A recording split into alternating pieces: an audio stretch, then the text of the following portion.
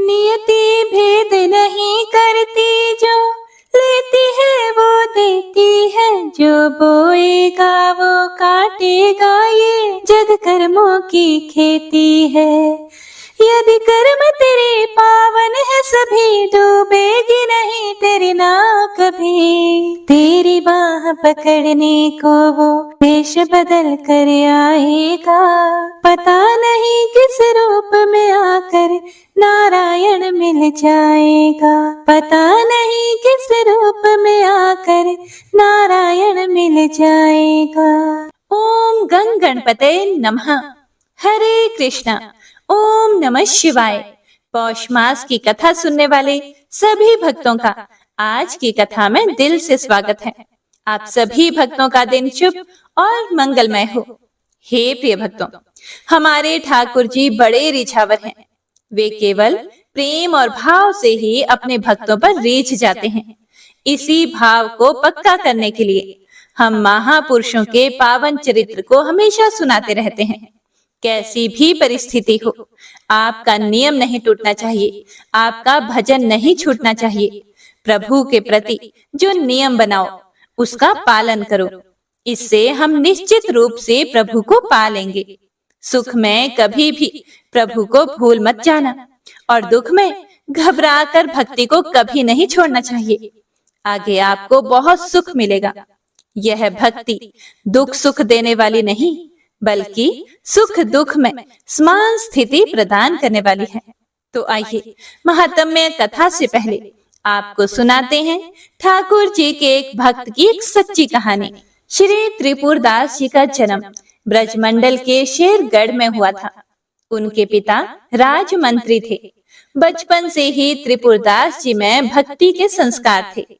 एक बार वे अपने पिताजी के साथ आगरा से काम के लिए गिरिराज गोवर्धन जी आए और यहाँ आकर उन्होंने ठाकुर श्रीनाथ जी के दर्शन किए। अब उनका रूप तो इतना अद्भुत, इतना सुंदर था कि ठाकुर जी के सुंदर रूप को देखकर वे बहुत अधिक आकर्षित हो गए। अब तो त्रिपुरदास जी ने ठान लिया कि वह यहाँ से वापस नहीं जाएंगे, बल्कि प्रतिदिन इन्हीं के दर्शन करेंगे और इन्हीं के पास रहेंगे। जब वापस जाने की बारी आई और उनके पिताजी ने उनसे चलने के लिए कहा, तब तो वह जाने को तैयार ही नहीं हुए। तब उनके पिता ने वहां अपने किसी परिचित से कहा कि यह तो बालक है, ये यहीं पर रुकने की हट कर रहा है, तो वह उसे कुछ दिनों के लिए अपने पास ही रख ले और कुछ दिनों के बाद जब इसका मन भर जाएगा तो वह इसे वापस ले जाएंगे। अब उन्हें क्या पता था कि उनका पुत्र तो हमेशा के लिए वहीं बसने का निश्चय कर चुका है। अब उनके पिता अपने पुत्र को वहीं छोड़कर वापस लौटने के लिए निकल पड़े। रास्ते में कुछ शत्रु दल के सैनिकों ने उन्हें घेर लिया और उन्हें वहीं पर मार डाला। हे प्रिय भक्तों, अब देखिए, जब भी कोई सच्चे मन से भगवान की भक्ति करना चाहता है या जब कोई बहुत अधिक पूजा पाठ करता है, तो आपने यह भी देखा होगा कि कई बार लोग बहुत भक्ति करने के बाद भी दुख में घिरे रहते हैं। उनके जीवन में एक के बाद एक समस्याएं या दुख आते ही रहते हैं। तो जब भक्ति करना प्रारंभ करते हैं तो भगवान इसी तरह की समस्याएं भेजकर, इसी तरह की परेशानियां या हमारे जीवन में दुख भेजकर हमारी भक्ति की ही तो परीक्षा लेते हैं। और भक्तों के जीवन में तो जब भक्ति प्रारंभ होती है तो उसी के साथ विपत्तियां भी प्रारंभ हो जाती हैं। जब त्रिपुरदास जी ने सुना कि उनके पिता को शत्रु दल ने मार डाला है, तो उन्होंने श्रीनाथ जी की ओर देखा और कहने लगे कि अब तो आप ही मेरे पिता, मित्र और मेरा सब कुछ हो। अब उन्हें तो अपने पिता की मृत्यु का जरा सा भी दुख नहीं हुआ, बल्कि उनके हृदय में तो गहरा आनंद हुआ कि उनका नाम मात्र का पिता अंतर्ध्यान हो गया। लेकिन उनका अपने वास्तविक पिता, जो अनंत जन्मों से उनका साथ देने वाला है, उससे संबंध बन गया। अब तो उनका केवल श्रीनाथ जी पर ही विश्वास था और वे निश्चिंत हो गए। अब त्रिपुरदास जी रोज प्रभु के सामने भाव विभोर होकर रोते रहते थे। हे प्रिय भक्तों, भक्ति का यह भी एक लक्षण है कि जो सच्ची भक्ति करता है उनके आंसू बहुत निकलते हैं। आंखें बंद करके भगवान का ध्यान कर रहे हो तो आंखों से आंसू निकल पड़ते हैं। सच्चे मन से भजन कीर्तन कर रहे हो, माला जप कर रहे हो तो आंखों से आंसू बहने लगते हैं। यही तो सच्ची भक्ति के लक्षण हैं। फिर एक दिन की बात है जब वल्लभाचार्य महाप्रभु, जिन्होंने श्रीनाथ जी को प्रकट किया था, ठाकुर जी की सेवा में आए तो उन्होंने देखा कि यह बालक ठाकुर जी को देखकर रोता रहता है। तब वल्लभाचार्य जी ने अपने अनुयायियों से पूछा कि यह कौन है। तब अनुयायियों ने उन्हें बताया कि वह एक राजमंत्री का पुत्र है जिसके पिता यात्रा के दौरान मारे गए और श्रीनाथ जी में उस बालक की बहुत आसक्ति है। त्रिपुरदास जी ने श्री वल्लभाचार्य जी को साष्टांग दंडवत प्रणाम किया और कहा कि हे प्रभु, मैं एक अनाथ बालक हूँ और मेरे नाथ तो केवल श्री नाथ जी ही हैं। आप मुझे स्वीकार कर लीजिए। बालक की यह बात सुनकर वल्लभाचार्य जी बड़े खुश हुए और उन्होंने त्रिपुरदास जी को दीक्षा दे दी। कुछ दिनों तक उन्होंने दास जी को अपने पास रखते हुए उन्हें सेवा, ध्यान और भक्तिमय जीवन जीने की शिक्षा दी। फिर उसके बाद उन्होंने उन्हें वापस जाने का आदेश दिया।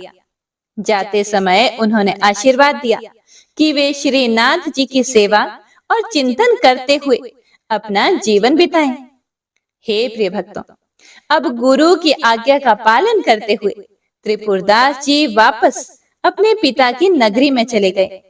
जब यह कुछ बड़े हुए तो राजा ने उनके पिता का पद उन्हें सौंप दिया। अब इस तरह वे राजमंत्री बन गए।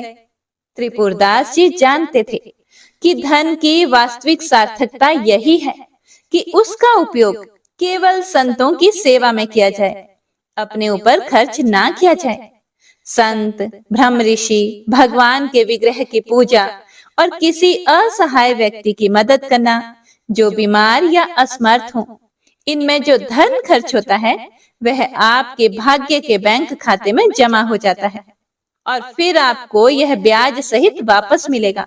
और हमारे प्रभु के बैंक में तो ब्याज बहुत ज्यादा है, इतना ज्यादा है कि ऐसा मानो 1 रुपए पर लाखों गुना ब्याज। और जो आप देखते हैं ना कि कोई बड़ा पद प्राप्त करता है या फिर कोई राजा बन जाता है, तो यह सभी पूर्व जन्म में किए गए अच्छे कर्मों का ही फल है। लेकिन आजकल इस बैंक में विश्वास रखने वाले लोगों की बहुत कमी हो गई है। अब त्रिपुरदास जी ने यह निश्चय किया कि राजमंत्री पद से जो भी धन मिलेगा उसे वे केवल और केवल संतों की सेवा और भगवान की सेवा में ही उपयोग करेंगे। अब उन्होंने यह नियम लिया कि वह हर वर्ष सर्दियों में श्री नाथ जी के लिए रत्नों और हीरों से सुसज्जित एक पोशाक बनवाकर भेजा करेंगे। अब तो त्रिपुरदास जी के घर रोज संतों की सेवा होती। प्रतिदिन हजारों हजारों संत आते और प्रसाद प्राप्त करते। श्रीनाथ जी भी बड़े खुश होकर वह पोशाक धारण करते। श्री विठल नाथ जी यानी श्री वल्लभाचार्य जी के पुत्र यह देखकर आश्चर्यचकित थे कि जब वे ठाकुर जी को कोई भी अन्य वस्त्र पहनाते तो उसे प्रभु स्वीकार कर लेते, और लेकिन जब त्रिपुरदास जी द्वारा कोई पोशाक पहनाई जाती तो ठाकुर जी और अधिक प्रसन्न हो जाते, विशेष प्रसन्न हो जाते। यह दिखाता है कि भक्त द्वारा प्रेम से दी गई वस्तु को भगवान अत्यधिक भाव से स्वीकार करते हैं, चाहे वह कुछ भी हो। अब ऐसा ही क्रम चलता रहा। तब श्री त्रिपुरदास जी से द्वेष करने वाले लोग भी बहुत सारे हो गए थे। अब उन्होंने राजा से शिकायत कर दी कि हे महाराज, त्रिपुरदास तो राजमंत्री होने का फायदा उठाकर राजधन का दुरुपयोग करने लगे हैं। उनका आरोप था कि त्रिपुरदास जी राजधन से साधु संतों को खिलाते पिलाते हैं, राजघराने से धन चुराते हैं। अब जब राजा के कान भरे गए तो राजा की बुद्धि भी पलट गई राजा ने आदेश दे दिया कि त्रिपुरदास जी की सारी संपत्ति जब्त कर ली जाए। अब नतीजा यह हुआ कि त्रिपुरदास जी के घर में तो भोजन पकाने तक के लिए बर्तन नहीं रहे, उनके पास खाने के लिए एक दाना भी नहीं बचा। अब वे बहुत अधिक गरीबी में, कष्ट में अपना जीवन बिताने लगे। अब सर्दी की ऋतु आई तो श्री त्रिपुरदास जी ने हर साल की तरह श्रीनाथ जी के लिए पोशाक भेजने का नियम लिया था, प्रण लिया था। तो वे यह जानते थे कि जब तक उनका जीवन है वे ठाकुर जी की सेवा में कोई कमी नहीं छोड़ेंगे। लेकिन अब तो उनके पास कुछ भी नहीं बचा था। कैसे ठाकुर जी की सेवा करें, कहां से पोशाक धारण करवाएं? उन्हें यह देखकर बहुत पीड़ा हुई कि वह कोई भी कष्ट सह सकते हैं, लेकिन ठाकुर जी की सेवा के बिना उनका जीवन तो बिल्कुल उन्हें बेकार सा लगने लगा। वे बहुत दुखी हो गए और ठाकुर जी से विनय करने लगे कि हे ठाकुर जी, हे मेरे प्रभु, मैं सारे कष्ट सह सकता हूँ, लेकिन आपकी सेवा के बिना मैं नहीं जी सकता। इतने में ही उनकी नजर ऊपर रखी एक दवात पर पड़ गई। वह दवात दरअसल पीतल की थी। और फिर त्रिपुरदास जी को यह ख्याल आया कि शायद यह कुछ सिक्कों में बिक जाए। उन्हें ठाकुर जी के लिए सर्दियों की पोशाक जो बनवानी थी, उन्होंने झटपट वो दवात उठाई और बाजार में बेचने के लिए चले गए। यह सोच रहे थे कि अगर यह दवात बिक गई तो उन्हें थोड़ी सी रकम मिल जाएगी और फिर वे श्रीनाथ जी के लिए पोशाक भेजने का अपना नियम पूरा कर सकेंगे। त्रिपुरदास जी को उस दवात के बदले 1 रुपया मिला, जिसे लेकर वे एक कपड़े की दुकान पर गए। वहां उन्होंने एक साधारण सा कपड़ा खरीदा। उस सफेद कपड़े को उन्होंने खुद लाल रंग से रंगा, लेकिन रंगते रंगते उनकी आंखों से आंसू बहे जा रहे थे, क्योंकि इससे पहले तो हर बार वह तरह तरह की पोशाकें श्रीनाथ जी को धारण करवाते थे। अब वे प्रभु से कहने लगे, हे नाथ, यह तो इतना साधारण और मोटा कपड़ा है जो आपके सेवकों के भी लायक नहीं है। मैं भला इसे आपके चरणों में कैसे समर्पित करूं? ऐसा सोचकर कि यह तो ठाकुर जी के लायक ही नहीं है, उन्होंने वह कपड़ा रंगने के बाद भी अपने पास ही रख लिया।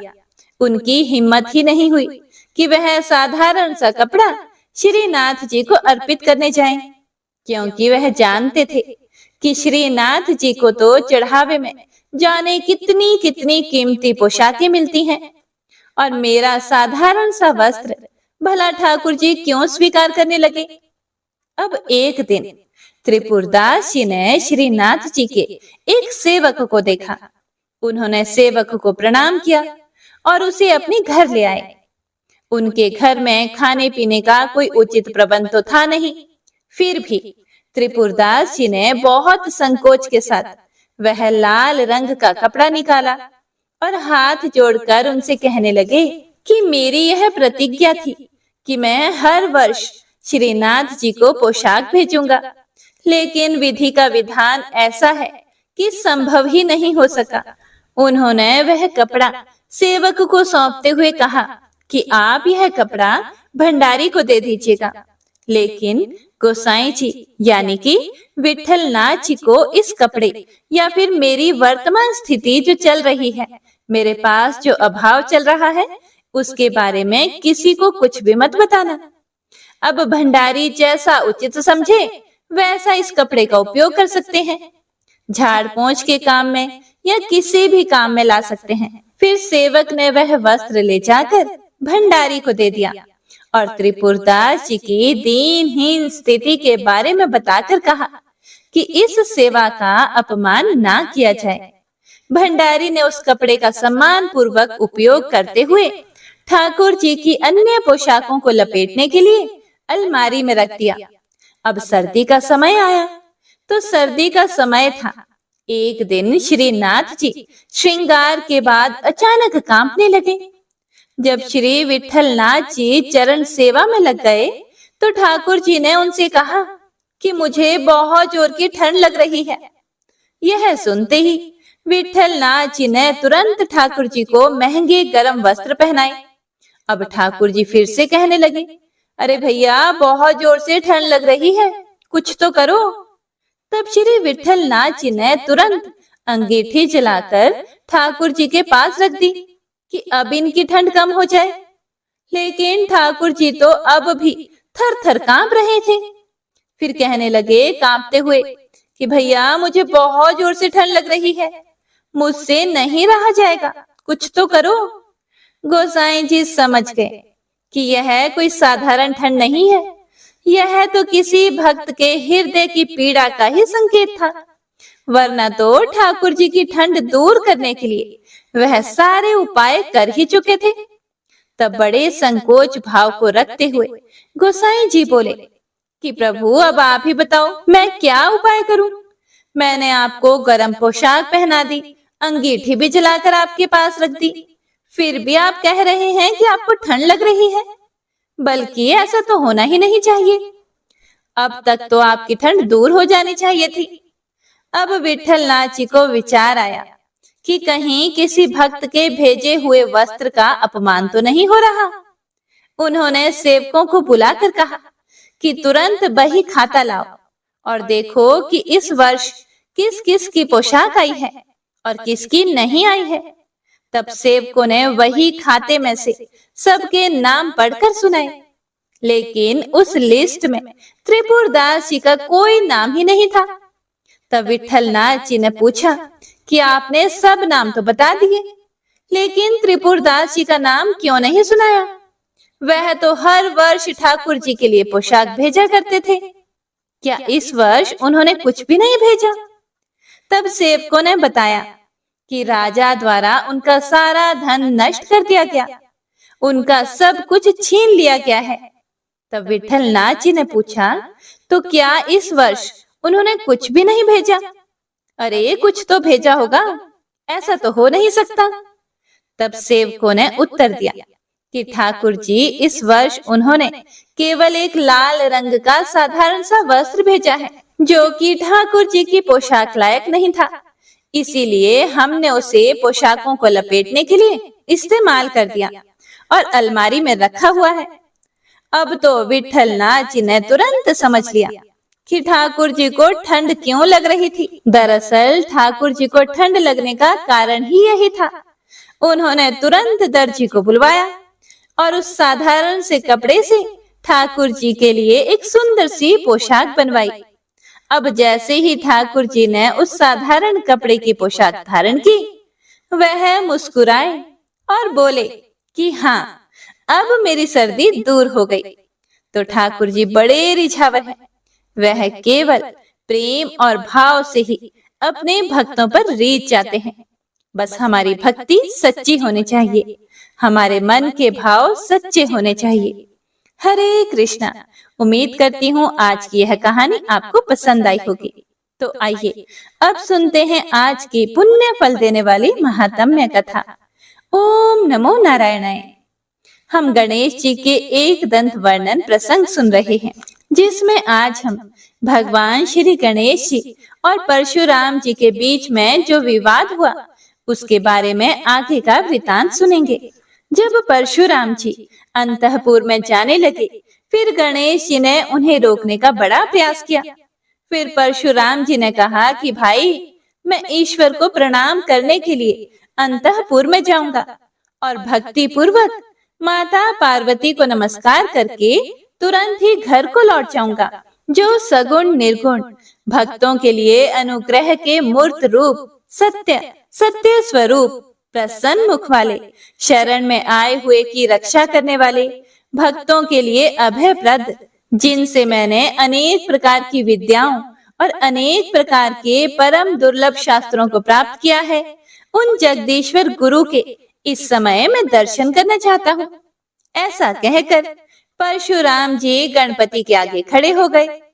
इस पर श्री गणेश जी ने उनको बहुत तरह से समझाया कि इस समय भगवान शंकर और माता जी अंतःपुर में हैं, आपको वहां नहीं जाना चाहिए। पर परशुराम जी तो हट करते ही रहे। उन्होंने अनेकों युक्तियों द्वारा अपना अंदर जाना निर्दोष बतलाया। ऐसा परस्पर दोनों में वाद विवाद होता रहा। गणेश जी विनय पूर्वक ही परशुराम जी को रोकते रहे, पर जब परशुराम जी ने बलपूर्वक जाना चाहा, तब गणेश जी ने उन्हें रोक दिया। तब परस्पर में वाग युद्ध और करताड़न होने लगा। अंत में परशुराम जी ने गणेश जी पर अपना फरसा उठा लिया। तब कार्तिकेय ने बीच में आकर उन्हें समझाया। परशुराम जी ने गणेश जी को धक्का दे दिया, जिससे वे गिर पड़े। फिर उठकर उन्होंने परशुराम जी को फटकारा। इस पर परशुराम जी ने पुनः कुठार उठा लिया। तब गणेश जी ने अपनी सूंड को बहुत लंबा कर लिया और उसमें परशुराम जी को लपेट लपेट कर घुमाने लगे। जैसे छोटे से सांप को गरुड़ ऊपर उठा लेता है, वैसे ही अपने योग बल से शिव पुत्र गणेश जी ने उनको उठा उठाकर स्तंभित कर दिया और सप्तद्वीप, सप्त पर्वत, सप्त सागर, भूरलोक, भूवरलोक, स्वरलोक, जनलोक, तपोलोक, ध्रुवलोक, गौरीलोक, शंभुलोक, उनको सब दिखा दिए।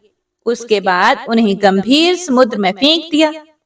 जब वे तैरने लगे तो फिर से पकड़कर उठा लिया और घुमाते हुए वैकुंठ दिखलाकर फिर गोलोक धाम में भगवान श्री कृष्ण के दर्शन कराए। उस समय भगवान रत्नाभरणों से विभूषित होकर रत्न निर्मित सिंहासन पर आसीन थे। राधा जी उनके वक्ष स्थल से सटी हुई थी। तेज में वे करोड़ों सूर्यों के समान प्रभाशाली थे। उनकी 2 भुजाएं थी, हाथ में मुरली शोभा पा रही थी। परम मनोहर रूप था और वे मंद मंद मुस्कुरा रहे थे। इस प्रकार श्री कृष्ण के दर्शन कराकर उनसे बारंबार प्रणाम करवाया।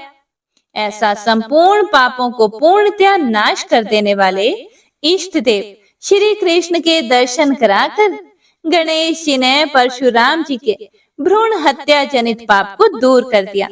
यूं तो पाप जनित यातना भोगे बिना नष्ट नहीं होती, किंतु परशुराम जी को थोड़ी ही भोगनी पड़ी और सब श्री कृष्ण के दर्शन से नष्ट हो गई। क्षण भर के बाद परशुराम जी की चेतना लौट आई और वे वेग पूर्वक भूतल पर गिर पड़े। उस समय उनका गणेश द्वारा किया गया स्तंभन भी दूर हो गया। तब उन्होंने अपने अभीष्ट देव श्री कृष्ण, अपने गुरु जगत गुरु शंभु तथा गुरु द्वारा दिए गए परम दुर्लभ स्तोत्र और कवच का स्मरण किया।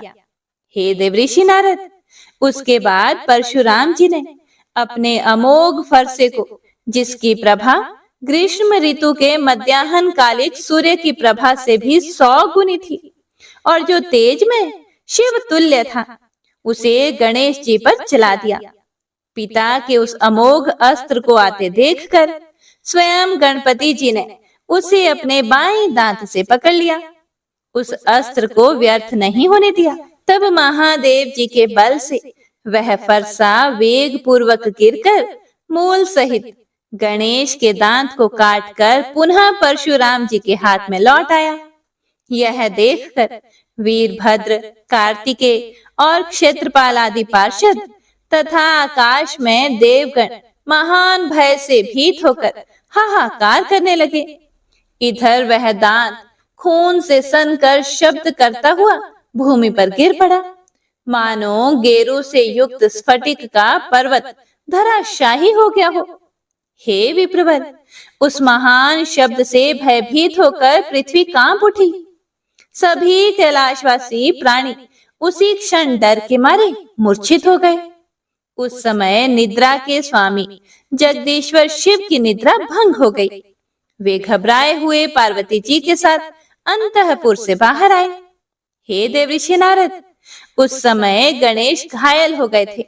उनका दांत टूट गया था और मुख रक्त से सराबोर था। उनका क्रोध शांत हो गया था और वे लज्जित होकर मुस्कुराते हुए सिर झुकाए हुए बैठे थे। उन्हें इस दशा में सामने देखकर पार्वती जी ने शीघ्र ही स्कंद से पूछा कि हे पुत्र, यह क्या बात है? तब स्कंद जी ने भयपूर्वक वहां जो भी घटित हुआ वह सारा वृतांत उनसे कह सुनाया। उसे सुनकर देवी पार्वती को बड़ा क्रोध आया और फिर वे रोने लगी और शंभू के सामने अपने पुत्र गणेश को छाती से लगाकर बोली। सती साध्वी पार्वती जी ने शोक के कारण डर कर विनय पूर्वक शंभू को समझाया और फिर प्रणत होकर प्रणत की पीड़ा हरने वाले पति देव से कहने लगी। देवी पार्वती जी ने कहा कि हे प्रभु, जगत में सभी लोग शंकर की किंकरी मुझ दुर्गा को जानते हैं कि यह अपेक्षा रहित दासी है, उसका जीवन व्यर्थ है, परंतु ईश्वर के लिए तृण से लेकर पर्वत पर्यंत सभी जातियां समान हैं। इसीलिए दासी पुत्र गणेश और आपके शिष्य परशुराम, इन दोनों में किसका दोष है, इस पर विचार करना उचित है, क्योंकि आप धर्मज्ञों में श्रेष्ठ हैं। वीरभद्र, कार्तिकेय और पार्षदगण इसके साक्षी हैं। भला ग्वाही के काम में झूठ कौन कहेगा? और साथ ही ये दोनों भाई इन लोगों के लिए समान हैं। ऐसा तो धर्म निर्णय के अवसर पर ग्वाही देते समय सत्पुरुषों के लिए शत्रु और मित्र समान हो जाते हैं, अर्थात उनकी पक्षपात की भावना नहीं रहती, क्योंकि जो गवाह गवाही के विषय को ठीक ठीक जानते हुए भी सभा में काम, क्रोध, लोभ अथवा भय के कारण झूठी गवाही देता है, वह अपनी 100 पीढ़ियों को नरक में गिराकर स्वयं भी कुंभी पाक नरक में जाता है। यद्यपि मैं इन दोनों को समझाने तथा इसका निर्णय करने में समर्थ हूँ, फिर भी आपके समक्ष मेरा आज्ञा देना श्रुति में निंदित कहा गया है। हे प्रभु, सभा में राजा के वर्तमान रहते भृत्यों की प्रभा का उसी प्रकार मूल्य नहीं होता जैसे सूर्य के उदय होने पर पृथ्वी पर जुगनों की कोई गणना नहीं होती। सदा परित्याग के भय से डरी हुई मैंने चिरकाल तक तपस्या करके आपके चरण कमलों को पाया है। इसीलिए हे जगन्नाथ, दारुण पुत्र स्नेह के कारण क्रोध, शोक और मोह के वशीभूत होकर मैंने जो कुछ कहा है उसे क्षमा कीजिए। यदि आपने मेरा परित्याग कर दिया तो उस पुत्र से क्या लाभ, क्योंकि उत्तम कुल में उत्पन्न हुई पतिव्रता नारी के लिए पति 100 पुत्रों से बढ़कर है। जो नारी नीच कुल में उत्पन्न दुष्ट स्वभाव वाली, ज्ञानहीन और माता पिता के दोष से निंदित होती है, वह अपने पति को नहीं मानती। उत्तम कुल में पैदा हुई स्त्री अपने निंदित, पतित, मूर्ख, दरिद्र, रोगी और जड़ पति को भी सदा विष्णु के समान समझती है। समस्त तेजस्वियों में श्रेष्ठ अग्नि अथवा सूर्य पतिव्रता के तेज की 16वीं कला की समानता भी नहीं कर सकते। महादान, पुण्यप्रद, व्रतोपवास और तप, ये सभी पति सेवा के 16वें अंश की समानता करने के योग्य नहीं है। उत्तम कुल में जन्म लेने वाली स्त्रियों के लिए चाहे पुत्र हो, पिता हो अथवा सहोदर भाई हो, कोई भी पति के समान नहीं होता। स्वामी से इतना कहकर देवी पार्वती ने अपने सामने परशुराम जी को देखा, जो निर्भय होकर शंभु के चरण कमलों की सेवा कर रहे थे। तब देवी पार्वती उनसे बोली कि हे महाभाग परशुराम, तुम ब्रह्म वंश में उत्पन्न हुए हो, तुम्हारी बुद्धि सत सत का विवेचन करने वाली है। तुम जमदग्नि के पुत्र और योगियों के गुरु, इन महादेव के शिष्य हो। सती साध्वी रेणुका, जो लक्ष्मी के अंश से उत्पन्न कुल में उत्पन्न हुई है, तुम्हारी माता है।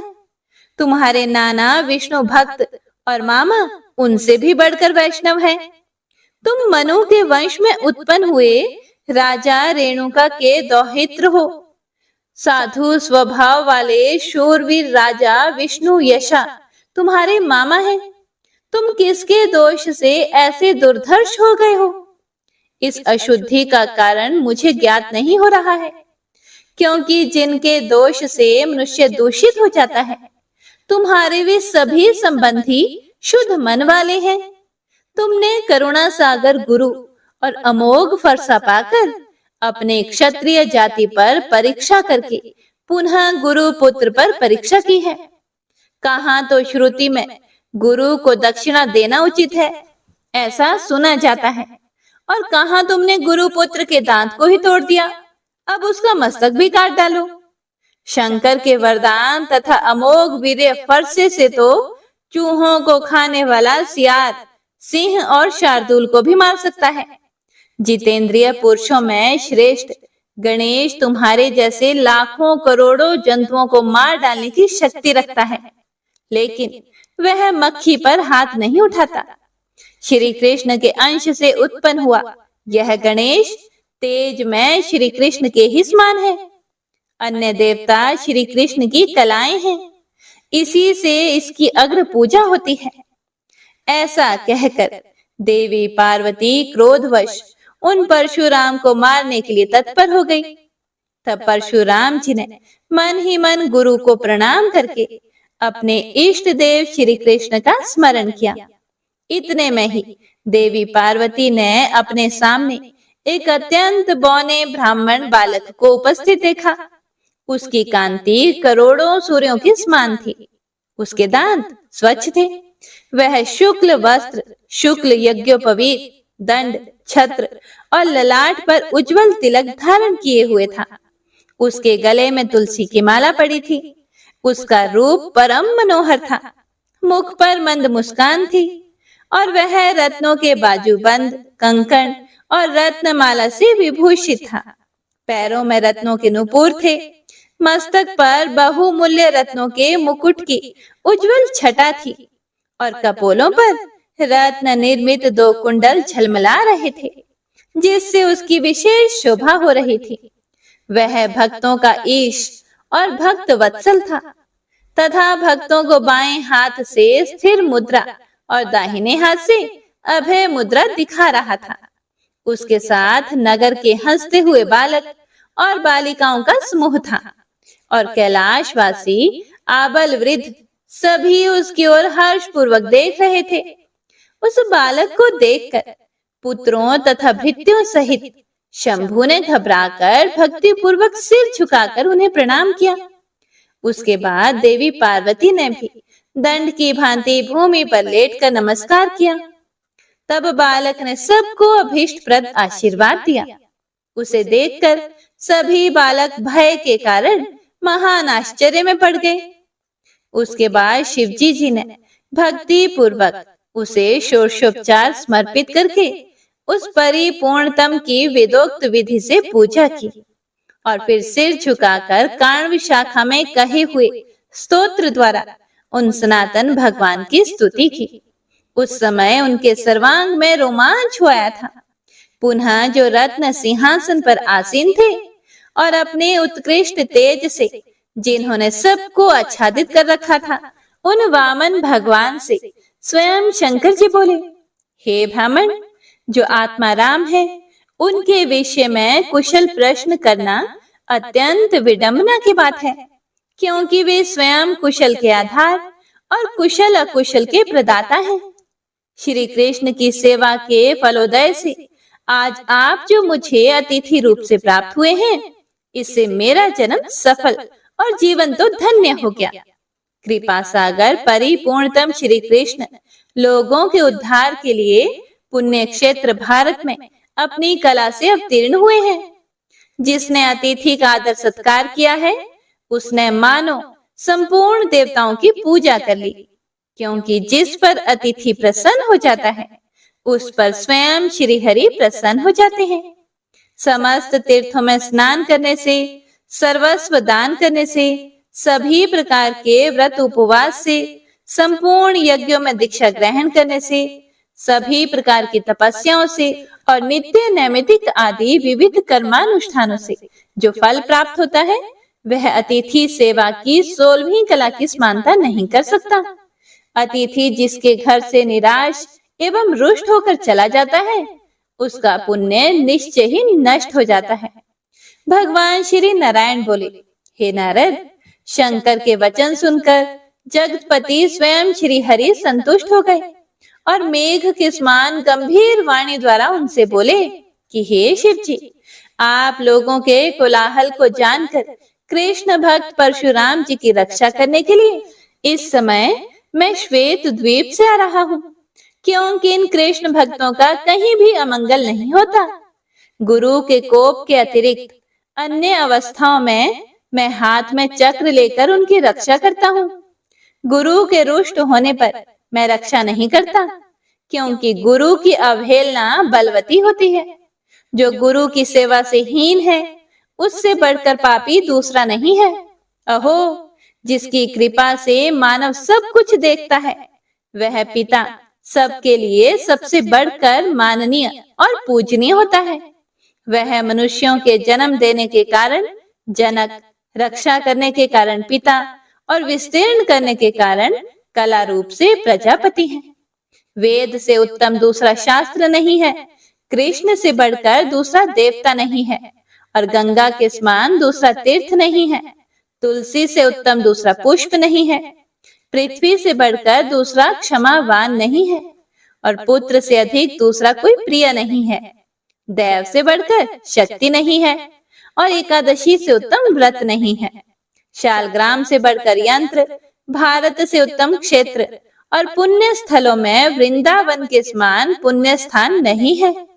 मोक्षदायिनी पुरियों में काशी, और वैष्णवों में शिव के समान दूसरा नहीं है। ना तो पार्वती से अधिक कोई पतिव्रता है, और ना गणेश से उत्तम कोई जितेंद्रिय है। ना तो विद्या के समान कोई बंधु है, और ना गुरु से बढ़कर कोई अन्य पुरुष है। विद्या प्रदान करने वाले के पुत्र और पत्नी भी निस्संदेह उसी के समान होते हैं।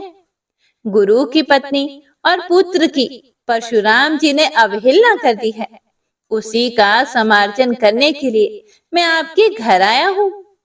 भगवान श्री नारायण आगे बोले कि हे नारद, वहां भगवान विष्णु शिव जी से ऐसा कहकर देवी पार्वती को समझाते हुए सत्य के सार रूप उत्तम वचन बोले। विष्णु जी ने कहा कि हे देवी, मैं नीति युक्त वेद का तत्व रूप तथा परिणाम में सुखदायक वचन कहता हूँ। मेरे उस शुभ वचन को सुनो। हे गिरिराज किशोरी, तुम्हारे लिए जैसे गणेश और कार्तिकेय हैं निस्संदेह, उसी प्रकार भृगुवंशी परशुराम जी भी हैं। हे सर्वज्ञ, इनके प्रति तुम्हारे अथवा शंकर जी के स्नेह में भेदभाव नहीं है। इसीलिए हे माते, सब पर विचार करके जैसा उचित हो वैसा करो। पुत्र के साथ पुत्र का यह विवाद तो दैव दोष से घटित हुआ है। भला दैव को मिटाने में कौन समर्थ हो सकता है, क्योंकि दैव तो महाबली है। हे वत्से, देखो, तुम्हारे पुत्र का एक दंत नाम वेदों में विख्यात है। हे वरानने, सभी देव उसे नमस्कार करते हैं। साम वेद में कहे हुए अपने पुत्र के नामाष्टक स्तोत्र को ध्यान देकर श्रवण करो। माता, वह उत्तम स्तोत्र संपूर्ण विघ्नों का नाशक है। तुम्हारे पुत्र के गणेश, एकदंत, हिरंब, विघ्ननायक, लंबोदर, शूर्पकर्ण, गजवक्त्र और गुहाग्रज, ये 8 नाम हैं। इन 8 नामों का अर्थ सुनो। हे शिवप्रिय, यह उत्तम स्तोत्र सभी स्तोत्रों का सारभूत और संपूर्ण विघ्नों का निवारण करने वाला है। एक शब्द प्रधानार्थक है और दंत बलवाचक है। इसीलिए जिनका बल सबसे बढ़कर है, उन एक दंत को मैं नमस्कार करता हूँ। हे दिनार्थवाचक और रंभ पालक का वाचक है, अतः दिनों का पालन करने वाले हिरंब को मैं शीश नवाता हूँ। विघ्न विपत्तिवाचक और नायक खंडनार्थक है। इस प्रकार जो विपत्ति के विनाशक है, उन विघ्न नायक को मैं अभिवादन करता हूँ। पूर्व काल में विष्णु द्वारा दिए गए नैवेद्यों तथा पिता द्वारा समर्पित अनेक प्रकार के मिष्ठानों के खाने से जिनका उदर लंबा हो गया है, उन लंबोदर की मैं वंदना करता हूँ। जिनके कर्ण शूर्पाकार विघ्न निवारण के हेतु संपदा के दाता और ज्ञान रूप हैं, उन शूर्प कर्ण को मैं सिर झुकाता हूँ। जिनके मस्तक पर मुनि द्वारा दिया गया विष्णु का प्रसाद रूप पुष्प वर्तमान है और जो गजेंद्र के मुख से युक्त है, उन गज वक्त्र को मैं नमस्कार करता हूँ। जो गुह अर्थात स्कंद से पहले जन्म लेकर शिव भवन में आविर्भूत हुए हैं तथा समस्त देवगणों में जिनकी अग्र पूजा होती है, उन गुहाग्रज देव की मैं वंदना करता हूँ। हे देवी पार्वती, अपने पुत्र के नामों से संयुक्त इस उत्तम नामाष्टक स्तोत्र को पहले वेद में देख लो, तब ऐसा क्रोध करो जो इस नामाष्टक स्तोत्र का जो नाना अर्थों से संयुक्त एवं शुभ कारक है, नित्य तीनों संध्याओं के समय पाठ करता है, वह सुखी और सर्वत्र विजयी होता है। उसके पास से विघ्न उसी प्रकार दूर भाग जाते हैं जैसे गरुड़ के निकट से सांप। गणेश्वर की कृपा से वह निश्चय ही महान ज्ञानी हो जाता है। पुत्रार्थी को पुत्र और पत्नी की कामना वाले को उत्तम पत्नी मिल जाती है तथा महामूर्ख निश्चय ही विद्वान और श्रेष्ठ कवि हो जाता है। ओम नमो नारायणाय। इससे आगे का वृतांत आप सभी भक्तजन अगले अध्याय में सुनिएगा। जय गणपति सद्गुण सदन कविवर बदन कृपाल, विघ्न हरण मंगल करण, जय जय गिरिजालाल, जय जय गिरिजालाल, जय जय गिरिजालाल।